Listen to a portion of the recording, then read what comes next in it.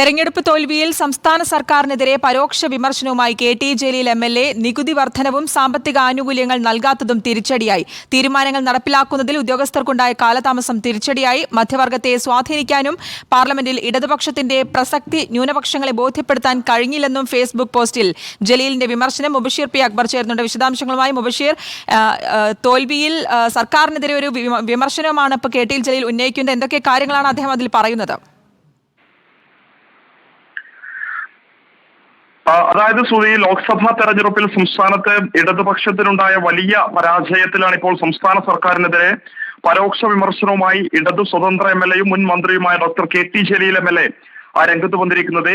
അദ്ദേഹത്തിന്റെ ഫേസ്ബുക്ക് പോസ്റ്റിൽ വലിയ വിമർശനമാണ് ഇത്തരത്തിൽ ഉന്നയിക്കുന്നത്. ചില മേഖലകളിലുണ്ടായ നികുതി വർധനവും സാമ്പത്തിക പ്രയാസം മൂലം യഥാസമയത്ത് കൊടുക്കാൻ കഴിയാതെ പോയ സാമ്പത്തിക ആനുകൂല്യങ്ങളും, അതുപോലെ തന്നെ ചില പോലീസ് ഉദ്യോഗസ്ഥരുടെ വഴിവിട്ട പെരുമാറ്റവും എടുത്ത തീരുമാനങ്ങൾ നടപ്പിലാക്കുന്നതിൽ ഉദ്യോഗസ്ഥ തലത്തിൽ വന്ന കാലതാമസവും ഈ നിലയിൽ തിരിച്ചടിയായി എന്ന് അദ്ദേഹം ഫേസ്ബുക്ക് പോസ്റ്റിലൂടെ പറഞ്ഞു വെക്കുന്നുണ്ട്.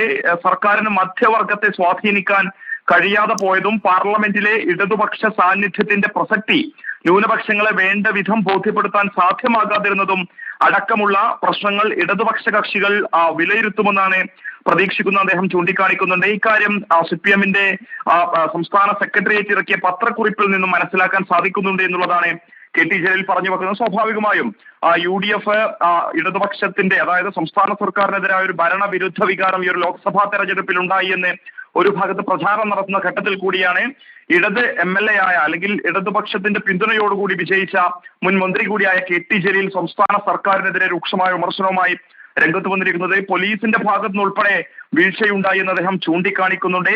ചില പോലീസ് ഉദ്യോഗസ്ഥരുടെ വഴിവിട്ട പെരുമാറ്റം എന്ന രീതിയിൽ തന്നെ അദ്ദേഹത്തിന്റെ ഫേസ്ബുക്ക് പോസ്റ്റിൽ വ്യക്തമാക്കുന്നു. കൂടാതെ UDF ആ നിലയിൽ തന്നെ പ്രതിപക്ഷം ഉയർത്തിക്കാട്ടുന്ന പല വിഷയങ്ങൾ, നികുതി വർധനവാണെങ്കിലും സാമ്പത്തിക പ്രയാസം ഉൾപ്പെടെ സംസ്ഥാന സർക്കാരിന്റെ കെടുകാര്യസ്ഥാണെന്ന് UDF ഒരു ഭാഗത്ത് ഉയർത്തിക്കാട്ടിയ വിഷയങ്ങൾ തന്നെയാണ് കെ.ടി. ജലീൽ അദ്ദേഹത്തിന്റെ ഫേസ്ബുക്ക് പോസ്റ്റിലൂടെയും സംസ്ഥാന സർക്കാരിനെതിരെ വിമർശനമായി ഉന്നയിക്കുന്നത്. എന്തായാലും ഇക്കാര്യത്തിൽ കമ്മ്യൂണിസ്റ്റ് പാർട്ടിക്ക് അധികാര ലബ്ധിയും അതുപോലെ തന്നെ അധികാര നഷ്ടവും അമിത ആവേശം ഉണ്ടാക്കുകയോ നിരാശപ്പെടുത്തുകയോ ചെയ്യരുത് എന്നും കെ.ടി. ജലീൽ ഓർമ്മപ്പെടുത്തുന്നുണ്ട്. സ്വാഭാവികമായും ഇടതു മുന്നണിയിൽ ഉൾപ്പെടെ ഈ നിലയിൽ ഒരു അതൃപ്തി പുകയുന്ന ഒരു സാഹചര്യത്തിൽ കൂടിയാണ് ഒരു പരസ്യ ഫേസ്ബുക്ക് പോസ്റ്റിലൂടെ ഇക്കാര്യം വ്യക്തമാക്കിക്കൊണ്ട് കെ.ടി. ജലീൽ രംഗത്ത് വന്നിരിക്കുന്നത്. വരും ദിവസങ്ങളിൽ ഈ ഒരു ഫേസ്ബുക്ക് പോസ്റ്റ് തെരഞ്ഞെടുപ്പ് തോൽവിയിൽ സംസ്ഥാന സർക്കാരിനെതിരെ പരോക്ഷ വിമർശനമാണ് കെ.ടി. ജലീൽ എം.എൽ.എ. ഉന്നയിക്കുന്നത്.